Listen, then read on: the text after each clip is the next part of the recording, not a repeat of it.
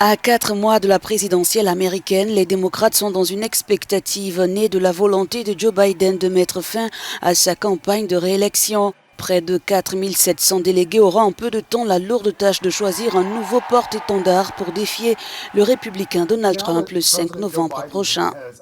Maintenant que le président Joe Biden a choisi de ne pas poursuivre sa candidature, cela crée ce qui est techniquement une convention ouverte à Chicago le mois prochain. Il a soutenu la vice-présidente Harris. Il va y avoir un resserrement des rangs que nous voyons déjà, mais il y a des responsables du parti, des dirigeants de partis dans tout le pays qui veulent un véritable processus ouvert. Si Kamala Harris est adoubée par Joe Biden, les règles du parti ne permettent pas au président d'imposer un candidat. Il est important de noter que le soutien de Biden à Mme Harris n'est qu'une déclaration politique. Il n'y a rien de légal dans les règles du Parti démocrate.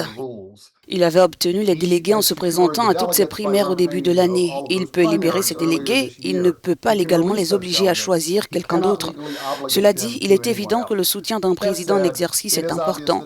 Le président Biden a été poussé à repenser cette course en raison de son âge et des inquiétudes quant à sa viabilité en tant que candidat.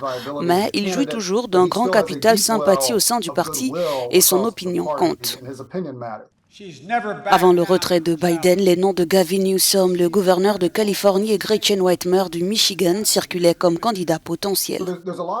Beaucoup de choses restent en suspens, mais une chose est claire, le candidat, qu'il s'agisse de la vice-présidente Harris ou de n'importe qui d'autre, ce candidat doit encore obtenir la majorité des votes des délégués, que ce soit avant ou pendant la convention, parce que le président Biden a dû le faire aussi.